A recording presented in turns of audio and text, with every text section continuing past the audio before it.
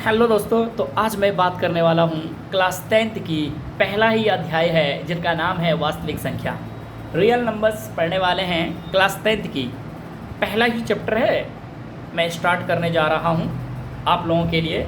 उम्मीद करते हैं आप लोगों को समझ में आएगी और इस चैनल में जुड़े रहने के लिए मेरे इस चैनल को सब्सक्राइब करें, शेयर करें, लाइक करें, कमेंट करें।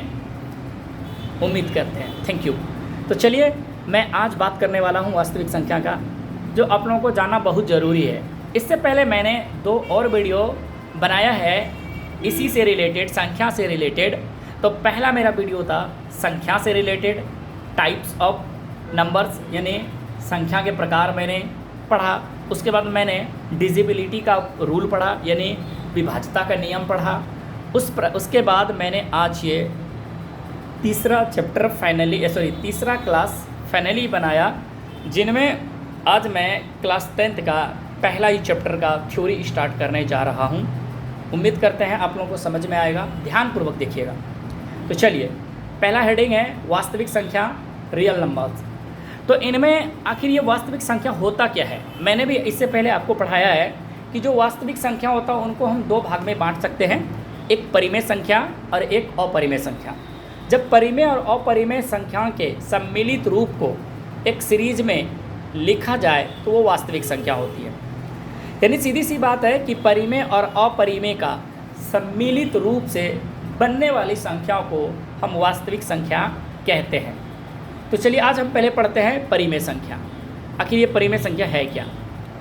परिमेय संख्या वह संख्या होती है जिसे हम P/Q के रूप में लिख सकते हैं। जैसे कि पहले भी मैंने बताया है, P और Q कोई पूर्णांक संख्या है, जबकि Q के बराबर क्या नहीं होना चाहिए? 0। यानी अंश बटा जो हर होता है, नीचे वाला हर के जगह पे कभी 0 नहीं होना चाहिए, और PQ का कोई उभयनिष्ठ पूर्णखंड ना हो। जैसे 2/4 लिखा मैंने, वो परिमेय संख्या है, लेकिन उनको कटा देंगे, 2 एकम 2, 2 दूनी 4, तो 1/2 कोई उभयनिष्ठ पूर्णखंड नहीं हो जाएगा। कुछ ना बचेगा तो 1 बचेगा इस सिचुएशन में। तो चलिए, तो परिमेय संख्या का मतलब हो गया जिसे हम P/Q के रूप में लिख सकते हैं, और जहाँ Q के बराबर क्या ना हो? 0 ना हो। चलिए, जैसे मैंने एक एग्जाम्पल लिखा हुआ है, 2 है, 5 है, क्योंकि 2 के नीचे में कुछ नहीं तो मैं क्या लिख सकता हूँ? 1 लिख सकता हूँ। और देखिए, तो ये 2 लिखा मैंने, और इसके नीचे में कुछ नहीं तो क्या लिखा? 1, और ये 2, ये ऊपर देखिए P हो गया, सॉरी, ऊपर देखिए क्या हो गया? P हो गया, और नीचे में देखिए तो क्या हो गया? Q हो गया। तो P/Q के रूप में ये P हो गया और ये Q हो गया, P/Q हो गया। उसी प्रकार आप 5 को देखेंगे तो 5/1 लिख सकते हैं। एक नीचे में कंपलसरी देना ज़रूरी नहीं है, लेकिन आपको समझाने के लिए 6/5 देखिए मैंने लिखा हुआ है, -7, 0। अच्छा, ध्यान रखें, 0 भी परिमेय संख्या है, क्योंकि 0 है तो उसके नीचे हम कुछ नहीं तो क्या लिख सकते हैं? 1। यानी कोई भी संख्या हो उसके नीचे कुछ नहीं तो हम क्या लिख सकते हैं? 1 लिख सकते हैं। 11/3 इत्यादि, ये सारी संख्या क्या है? परिमेय संख्या है। इसके अलावा आप ध्यान से देखिएगा, मैंने एक संख्या लिखा हुआ है 11.2356 पे रेकरिंग, यानी 11.23564, यानी देखिए मैंने रेकरिंग लिखा है 564 पे रेकरिंग। क्या ऐसी संख्या कौन सी संख्या हो सकती है? तो ध्यान रखें दोस्तों, ये संख्या परिमेय संख्या होती है। कौन सी संख्या है? परिमेय। यानी आपके एग्ज़ाम हॉल में ऐसे ही सवाल आएंगे, दे दिया रहेगा और आपसे पूछा जाएगा कि 11.23 यानी 23564, यानी 564 पे जो रेकरिंग है, ऐसी संख्या कौन सी संख्या है? तो आप पढ़े लिखे रहेंगे या फिर जानकार रहेंगे तो आप बताएंगे कि ऐसी संख्या परिमेय संख्या होती है। नोट, मैंने एक पाई का देखिए मान जो है, मैंने एक नोट ही लिखा है, ध्यान दीजिएगा, पाई। और पाई का भी वो भी क्या? पाई का मैंने मान लिखा है, कौन? 22/7। पाई का मान कौन सा लिखा है मैंने? 22/7। पाई का मान जो 22/7 होता है वो भी परिमेय होता है। ध्यान रखिएगा, पाई नहीं बात कर रहा है, पाई का मान, मन हो गया है, सॉरी, मान होना चाहिए। पाई का मान जो 22/7 है वो परिमेय संख्या है, पाई नहीं है। एक चीज़ और ध्यान दीजिए, परिमेय स्टार है, यहाँ नोट्स है। परिमेय और अपरिमेय संख्याओं के समूह को वास्तविक संख्या कहते हैं, जो मैंने बताया। अच्छा, परिमेय संख्या के अंदर लगभग सभी संख्या आ जाता है। जैसे मैंने पहला ही वीडियो में बताया था, सम संख्या, विषम संख्या, भाज्य संख्या, अभाज्य संख्या, स्वभाज्य संख्या, प्राकृत संख्या, पूर्ण संख्या, पूर्णांक संख्या इत्यादि। ये सारी संख्याएं किस में आ जाता है? परिमेय में आ जाता है। मैंने ये नेक्स्ट वीडियो में मतलब पिछले वीडियो में मैंने बता दिया था। अब आ जाइए अपरिमेय संख्या। बहुत दिक्कत होता है बच्चे को परिमेय और अपरिमेय में। सर परिमेय वो संख्या होती है जिसे हम पिवट एक्यू के रूप में लिख सकते हैं, यानी सिंपल सी संख्या होती है परिमेय। लेकिन अपरिमेय संख्या के बारे में आपको जानना बहुत ज़रूरी है, क्योंकि सवाल यहीं से पूछे जाते हैं एग्ज़ाम हॉल में ज़्यादा। कहता अपरिमेय संख्या वह संख्या होती है जिसे हम P/Q के रूप में नहीं लिख सकते हैं, और शर्त इसमें भी वही चीज़ है कि Q के बराबर क्या नहीं होना चाहिए? तो 0 नहीं होना चाहिए। अपरिमेय संख्या, ध्यान दीजिएगा, हम एक स्टार लिखे हैं कि अपरिमेय संख्या कभी अस्थाई नहीं होता है। ध्यान दीजिए, अपरिमेय संख्या कभी अस्थाई नहीं होता है, यानी इस संख्या में या तो लगातार वृद्धि कमी देखने को मिलता है। इन संख्या में क्या होता है? लगातार कमी या वृद्धि देखने को मिलता है। कुछ सवाल मिलेंगे जो आपको ये बात को जानना ज़रूरी है। जैसे मैंने अपरिमेय संख्या का कुछ एग्जाम्पल लिया हुआ है जो इस प्रकार है, ध्यान से देखिए। तो आपको पता ही है कि अपरिमेय और परिमेय क्या होता है। अगर मैंने रूट में 4 लिखा तो ये 4 का स्क्वायर रूट आपको पता है कितना हो जाता है? 2 हो जाता है। ध्यान दीजिएगा, 2 हो जाता है। अब एक बात बताइए, ये 2 हो गया तो 2 तो कौन सी संख्या हो गई? परिमेय। तो आपका बात यहाँ ये है कि जिसका स्क्वायर रूट ना होता हो, वो संख्या अपरिमेय संख्या होती है। जैसे √2, √5, √7, क्योंकि इनको जब इनका गुणनखंड निकालेंगे, यानी इसका एचसीएफ निकालेंगे, तो ये लगातार क्या होगा? वृद्धि होते जाएगा। ठीक है, जब आप √2 का वर्गमूल निकालेंगे तो ये आपको क्या होगा कि वृद्धि होते जाएगा। उसमें आप बच्चे सब जानते हैं कि ये जिसका स्क्वायर रूट नहीं निकलता है वो अपरिमेय होता है। नेक्स्ट में है कि पाई एक अपरिमेय संख्या है। पाई एक कौन सी संख्या है? तो एक अपरिमेय संख्या है। और इससे पहले मैंने बताया था कि ये जो पाई है, पाई का जो वैल्यू होता है क्या? 22/7। पाई का जो वैल्यू 22/7 होता है वो परिमेय होता है। क्या होता है? परिमेय होता है। यानी 22/7 संख्या है, यानी ये जो फ्रैक्शन दिख रहा है आपको 22/7, ये परिमेय है। लेकिन जो पाई है, पाई वो अपरिमेय संख्या, ध्यान देना। अच्छा, अगला आपको कभी ऐसे संख्या भी देखने को मिलेंगे जैसे कि 0.10, फिर 110, फिर 1110, फिर 1111, तो आप इस तरह के संख्या में क्या बोला मैंने? वृद्धि या कमी देखने को मिलेगा। तो अधिकतर वृद्धि ही देखने को मिलता है। जैसे इस बार यानी 0 पॉइंट के बाद पहली बार मैंने 1 लिखा, इसके बाद देखिए इसमें 111 हो गया, इसके बाद 111 हो गया, इसमें देखिए तो 4th टाइम में 1 हो गया। तो आप देख रहे हैं कि ऐसी संख्या अपरिमेय संख्या होती है। क्यों? क्योंकि इसमें लगातार वृद्धि हो रही है, कभी ये अस्थायी नहीं होगा। नेक्स्ट है, फिर मैंने एक संख्या लिखी है, ध्यान से देखिएगा, ये है 1 2 3 4 5 6 7 8 9। ध्यान दीजिएगा।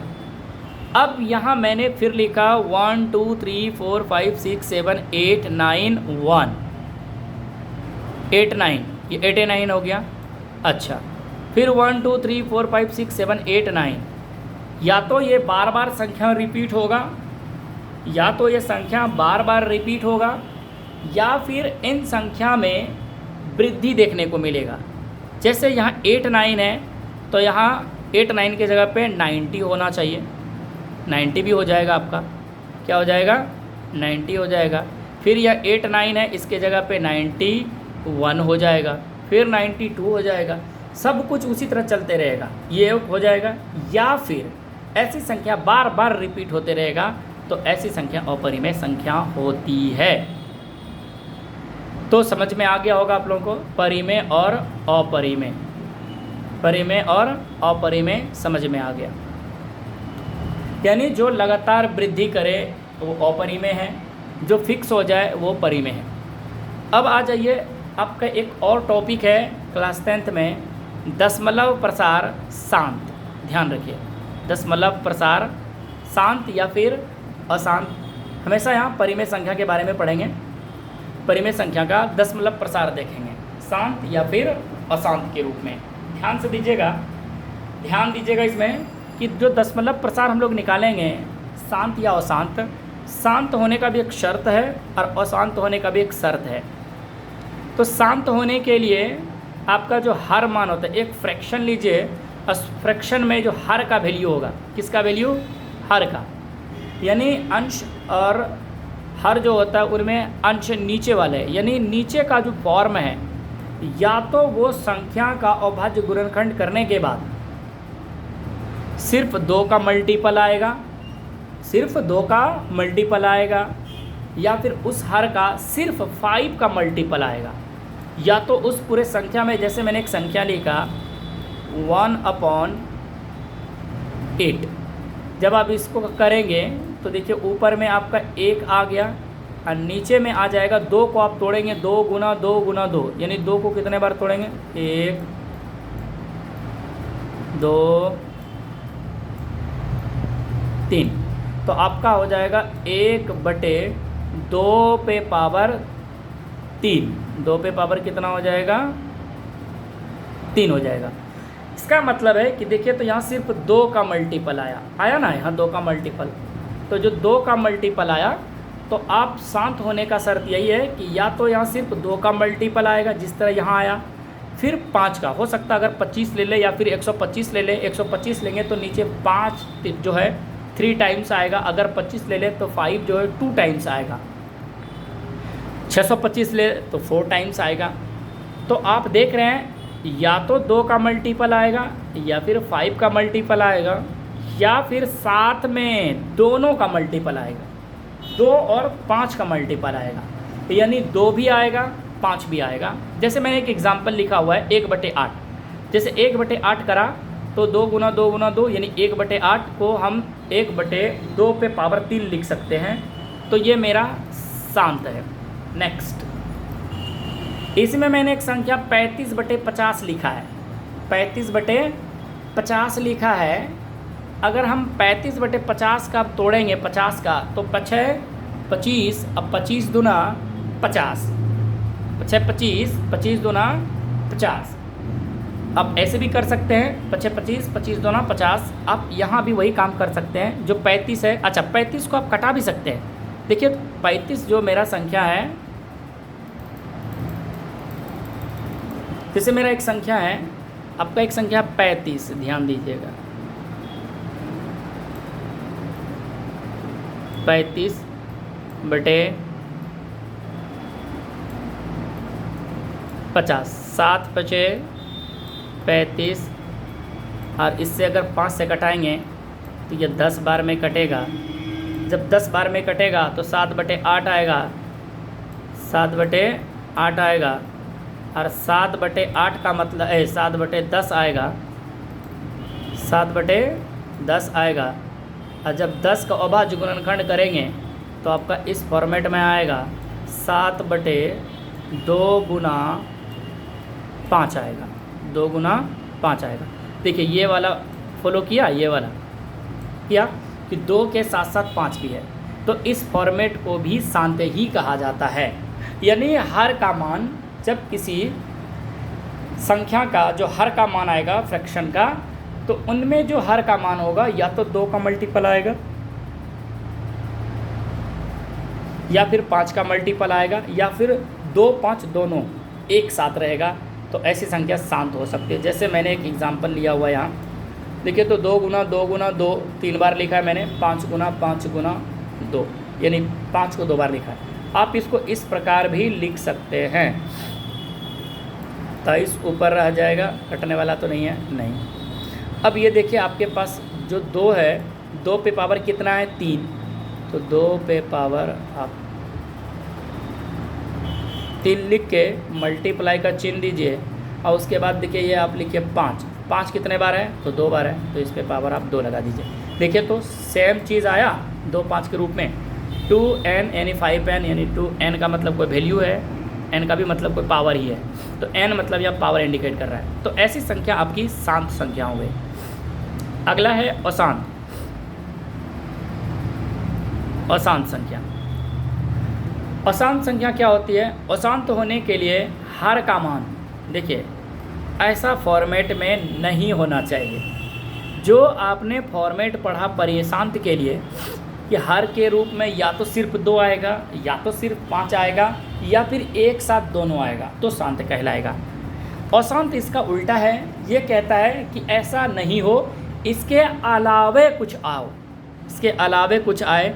2 5 के अलावे, जैसे अगर मैं इसके नीचे, हर के नीचे में 3 आ जाए, हर के नीचे में क्या आ जाए 3, तो ये अशांत हो जाएगा।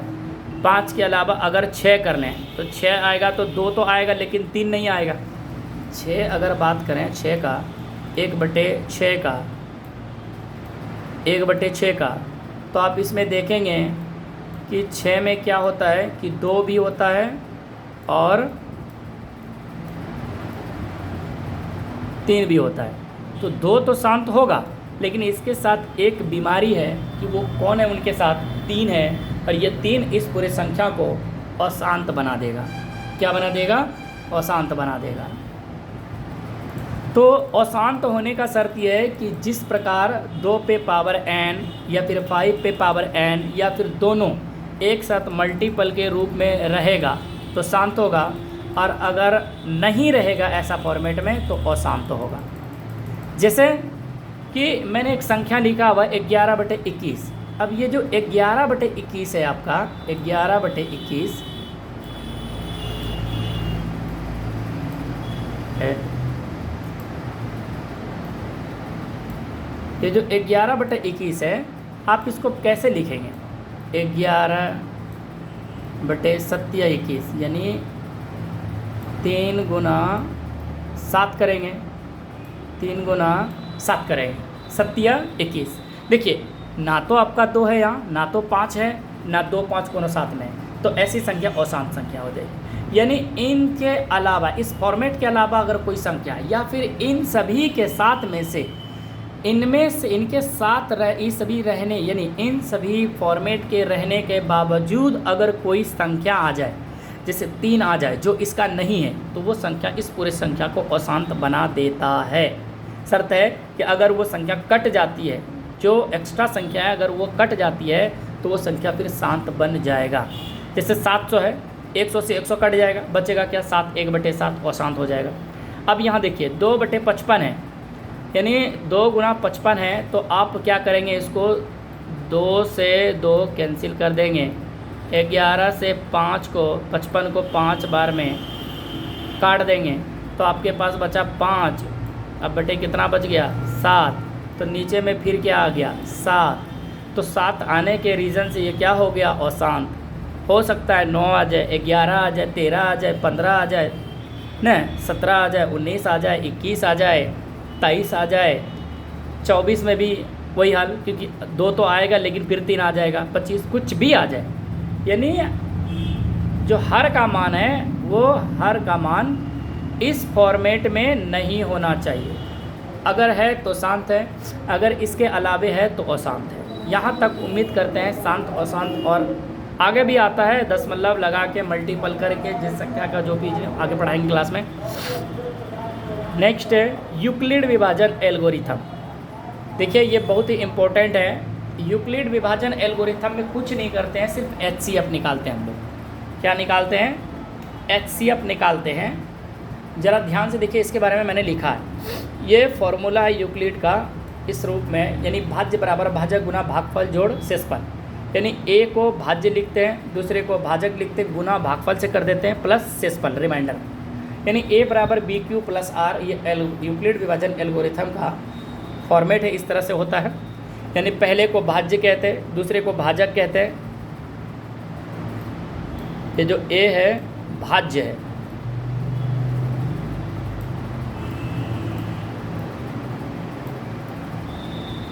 भाज्य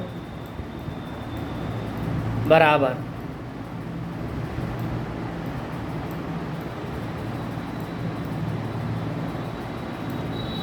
भाजक गुना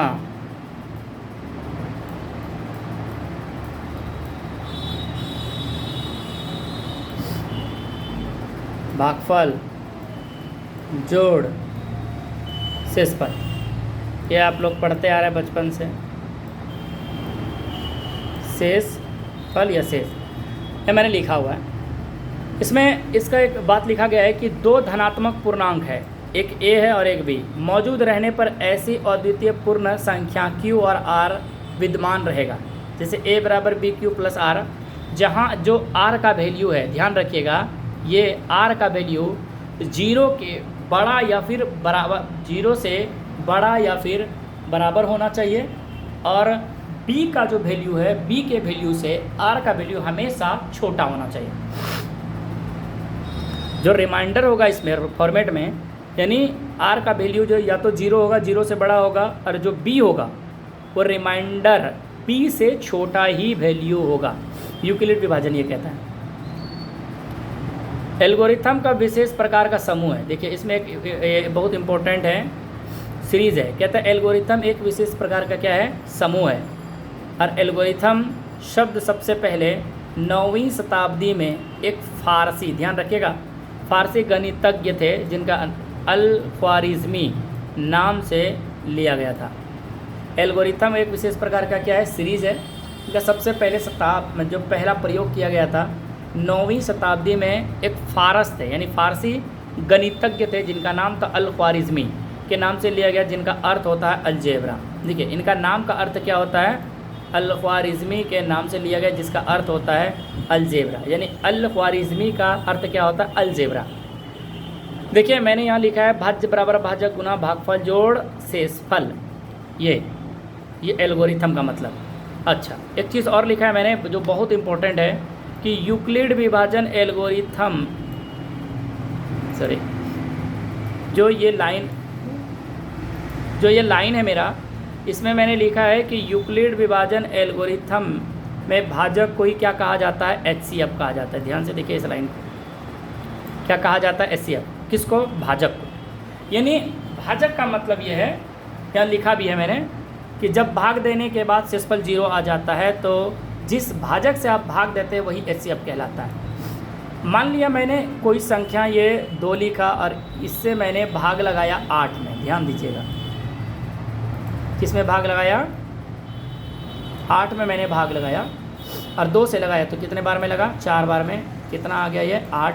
तो आपका रिमाइंडर क्या हो गया, 0। जब आप इस प्रक्रिया से गुजरेंगे तो जब आपका रिमाइंडर आपका 0 होगा तो आप जिससे भाग लगाए थे, जैसे 2 से मैंने लगाया तो ये मेरा क्या हो जाएगा, HCF हो जाएगा, HCF हो जाएगा, मेरा हाईएस्ट कॉमन फैक्टर हो जाएगा मेरा 2। ये भाग विधि है, आप इस तरह चलते रहेंगे, कभी ना कभी आपका 0 आएगा। ये HCF था। उम्मीद करते हैं यूक्लिड विभाजन समझ में आ गया। अब आ जाइए अभाज्य गुणनखंड। अभाज्य गुणनखंड सीखना बहुत ज़रूरी है।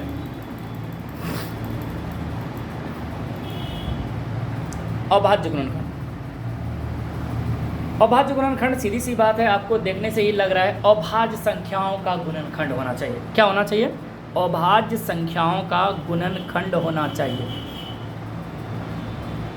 यानी अभाज्य संख्याओं के गुना के रूप में लिखने को ही अभाज्य गुणनखंड कहते हैं। हमने लिखा या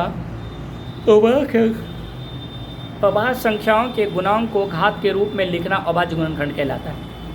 जैसे 140 है, जब आप 140 का आप ऐसे विभाज्य करेंगे तो पहले ये किससे कटने वाला है, 2 से। कितने बार में, 70 बार में। 2 से आप भाग लगाएंगे तो ये 70 बार में कटेगा। फिर इसको आप लगाएंगे, फिर ये 2 से कटेगा, और ये 35 दूना 70 यानी 35 बार में 2 से कटेगा। फिर आप इसको भाग लगाएंगे तो 2 से नहीं कटेगा, 35 है तो 3 से कटेगा क्या, नहीं, तो ये सीधा 5 से कटेगा। और कितने बार में कटेगा, 7 बार में कटेगा। अब आपके पास ये फॉर्मेट आ गया। 140 बराबर आप क्या लिख सकते हैं, कैसे रूप लिख सकते हैं 140 को, तो आप 2 गुना 2 गुना 5 गुना 7, जैसे मैंने यहाँ लिख के दिखाया आपको। अभाज्य संख्या के गुणनखंड को घात के रूप में लिखना अभाज्य गुणनखंड कहलाता है। और अभाज्य गुणनखंड क्या है, जैसे 140 है और 140 को हम दूसरे तरीके से कैसे लिख सकते हैं जो अभाज्य संख्या के रूप में हो।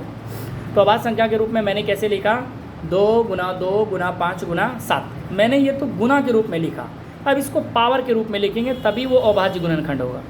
अभाज्य गुणनखंड का मतलब होता है उसके घात के रूप में लिखना, यानी अभाज्य संख्याओं को उसके घात यानी पावर के रूप में लिखना, छोटा बनाना। जैसे 2 देखिए कितने बार है, यहाँ मेरा मल्टीप्लाई के रूप में 2 बार है, तो 2 पे पावर 2 लिखा मैंने, 5 एक बार है, 7 एक बार है। तो ये मेरा कंप्लीट हो गया अभाज्य गुणनखंड, ये कंप्लीट हो गया मेरा अभाज्य गुणनखंड। उम्मीद करते हैं आप लोगों को ये समझ में आया। अब यहाँ आप ये एक्स्ट्रा नॉलेज है आप लोगों के लिए कि अभाज्य गुणनखंड तो समझ में आ गया कि सर अभाज्य संख्याओं को यानी गुणा के रूप में लिखना अभाज्य गुणनखंड होता है, यानी उसके पावर तक सजा देना, यानी किसी संख्या को अभाज्य संख्याओं के गुणन के फॉर्म में लिखना अभाज्य गुणनखंड कहलाता है। सर अब ये एक नया टॉपिक आ गया इसमें, अभाज्य गुणनखंडों का योग। ध्यान रखिए ये आप लोगों से पूछा नहीं जाएगा, लेकिन नॉलेज के लिए जब अभाज्य गुणनखंड पढ़ रहे हैं तो इसको भी पढ़ लेते हैं ज़रा सा।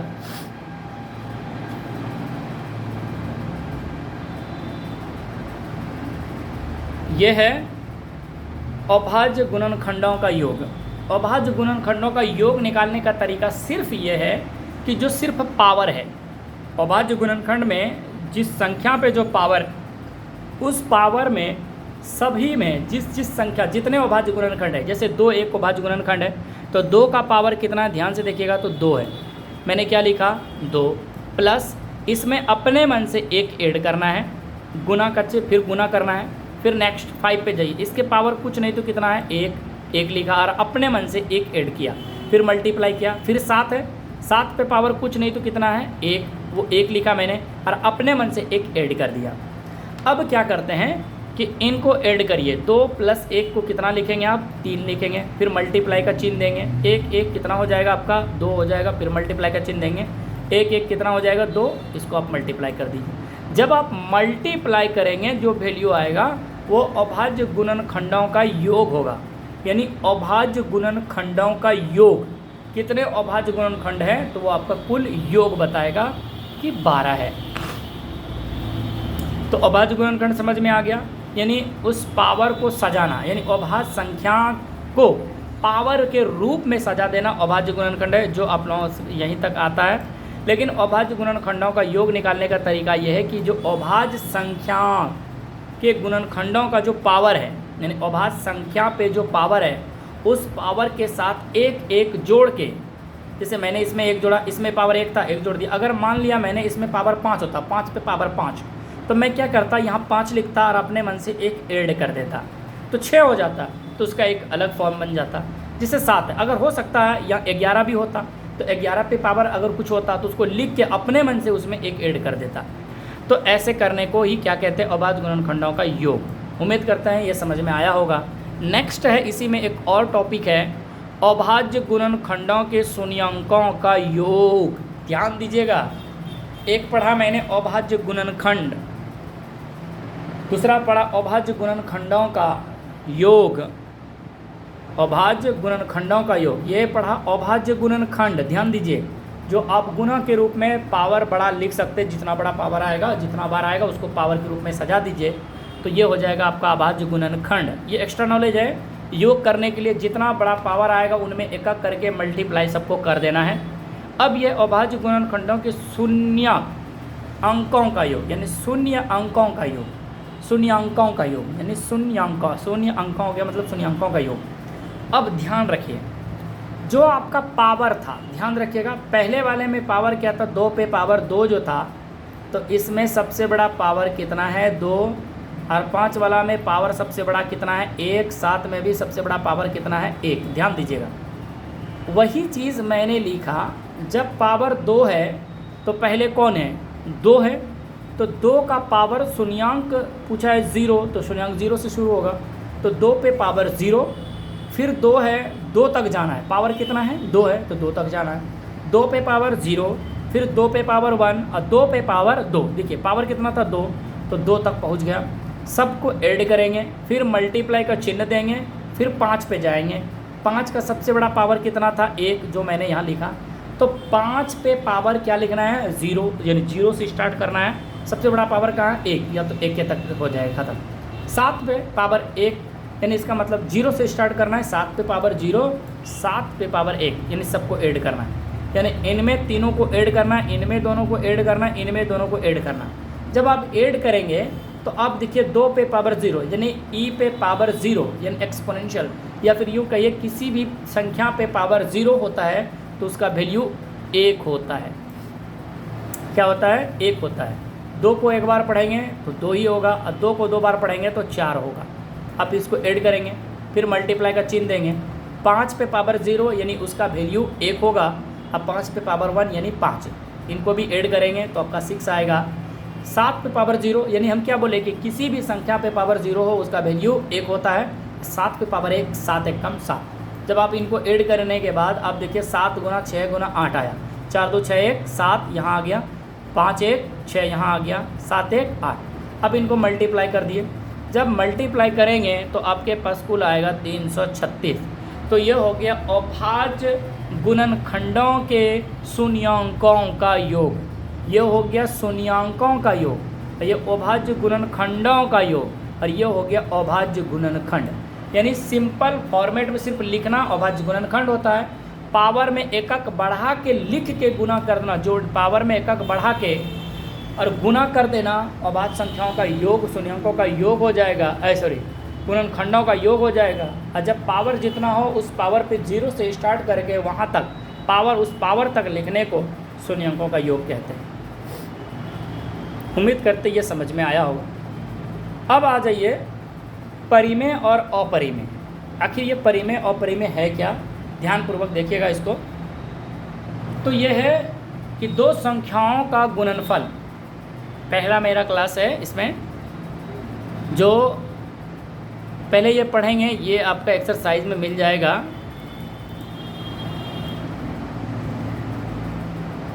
ये है दो संख्याओं का गुणनफल। जब भी आप दो संख्या लेंगे, कोई भी दो संख्या लीजिए, मान लीजिए एक संख्या a है और एक संख्या b लेंगे, जब उसका आप एलसीएम और एचसीएफ निकालेंगे तो उसके बराबर एक सूत्र होता है। जो संख्या लीजिएगा, जब आप दो संख्या का एचसीएफ और एलसीएम निकालिएगा तो उन दोनों संख्याओं को प्रूव्ड करने के लिए या सही बताने के लिए, क्या ये सही है या नहीं, जांच करने के लिए उसका एक फार्मूला होता है। दो संख्याओं का योग या संख्याओं का गुणनफल, यानी एक संख्या a है और दूसरी संख्या b है, बराबर होता है एचसीएफ गुना एलसीएम। यानी जब भी किसी दो संख्या, मान लीजिए मैंने एक संख्या लिखा 20 और एक संख्या लिखा मैंने 5। अब ये दो संख्या हो गया, तो हम यहाँ a गुना b के जगह पे 20 गुना 5 कर सकते हैं, बराबर। अब इन दोनों में दोनों का एलसीएम और दोनों का एचसीएफ निकालेंगे। एचसीएफ निकालने का तरीका यह है कि जो दोनों में कॉमन हो और सबसे छोटा हो, जो दोनों में कॉमन हो और सबसे छोटा हो, तो दोनों में कॉमन 5 है और छोटा भी वही है, तो ये 5 हो जाएगा, ये एचसीएफ होगा। और एलसीएम निकालने का तरीका यह है कि सबको, यानी उसी चीज़ में सबसे बड़ा पावर को मान लिख दीजिए। तो 5 कम 5, 5 चौक 20, तो 4 पंचे 20, इसका एलसीएम कितना हो जाएगा 20। एलसीएम कितना हो जाएगा 20। ये एचसीएफ 5, एलसीएम 20। अब इन दोनों को गुना कीजिए, 20 पंचे 100, यानी 20 गुना 5 करेंगे तो 20 पंचे 100। यह पहली संख्या और ये दूसरी संख्या। इन दोनों संख्या का एचसीएफ मेरा आया 5 और एलसीएम आया मेरा 20। जब आप इन दोनों को गुना करेंगे संख्याओं को, तो सेम चीज़ आया है मेरा 5 गुना 20, यानी एचसीएफ एलसीएम। हालांकि ये आपका सही नहीं, ऐसा नहीं आएगा, संख्या का आएगा, कुछ का नहीं। तो आपको करना कुछ नहीं है कि उन दोनों संख्या का आप पहले एचसीएफ निकाल लीजिए, उसके बाद एलसीएम निकाल लीजिए, और जब एचसीएफ एलसीएम निकल जाए तो एक तरफ दोनों संख्या को लिख के बराबर करके एक तरफ एचसीएफ और एलसीएम को गुना कर दीजिए। अगर दोनों का वैल्यू समान आया है तो आपका सवाल सही है। चलिए, एक परिमेय और एक अपरिमेय संख्या का योग अंतर एक अपरिमेय संख्या होती है। ध्यान दीजिएगा, एक परिमेय और एक अपरिमेय संख्या का योग या अंतर एक अपरिमेय संख्या होती है। ध्यान दीजिएगा, ये एनसीईआरटी से लिया गया है। एक परिमेय संख्या, परिमेय संख्या आपको पता है जिसे p/q के रूप में लिख सकते हैं, और एक अपरिमेय संख्या जिसे हम p/q के रूप में नहीं लिख सकते हैं। अगर उन दोनों संख्या का योग निकाले यानी जोड़ निकाले या फिर उन दोनों में अंतर करें तो वो हमेशा रिजल्ट देगा अपरिमेय। जैसे मैं इसका एक एग्जांपल दूं,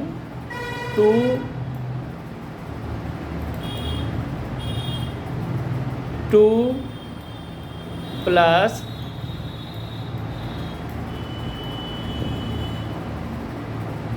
√2 ये परिमेय है और ये अपरिमेय है। जब आप इसको जोड़ेंगे तो ये पूरा संख्या आपका बन जाएगा अपरिमेय। पूरा संख्या क्या बनेगा? अपरिमेय। अब यहाँ प्लस के जगह पे आप इस जगह इस्तेमाल कीजिए माइनस, तो दोनों का अंतर वही रहेगा। क्या फ़र्क पड़ा? सिर्फ एक बीच में चिन्ह बदल गया, तो संख्या तो वही अपरिमेय ही रहा ना। वही लिखा है मैंने, एक परिमेय और एक अपरिमेय का या तो योग और अंतर अपरिमेय ही होता है। अगला लिखा है, एक शून्योत्तर परिमेय और एक अपरिमेय संख्या का गुणनफल यानी गुणनफल और भागफल एक अपरिमेय संख्या होती है। ठीक है, जैसे यहाँ मैंने लिखा है गुणनफल और भागफल, इसी चीज़ को मैंने इस फॉर्मेट में लिखा है, परिमेय और अपरिमेय का विश्लेषण या विशेषता। देखिए, एक है आपका परिमेय संख्या, एक नंबर पे लिखा है मैंने, एक तरफ है अपरिमेय, यानी एक परिमेय और एक अपरिमेय का जोड़। देखिए क्या लिखा है मैंने, अपरिमेय होता है।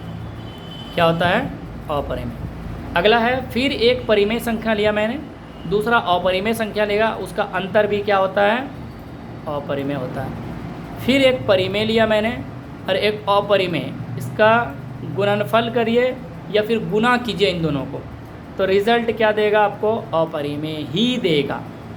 जैसे योग में आपने देखा और अंतर में सेम, अगर वही चीज़ मैं 2 गुना √2 कर दूँ, √2 कर दूँ, क्या हो जाएगा? तो 2√2 हो जाएगा। 2√2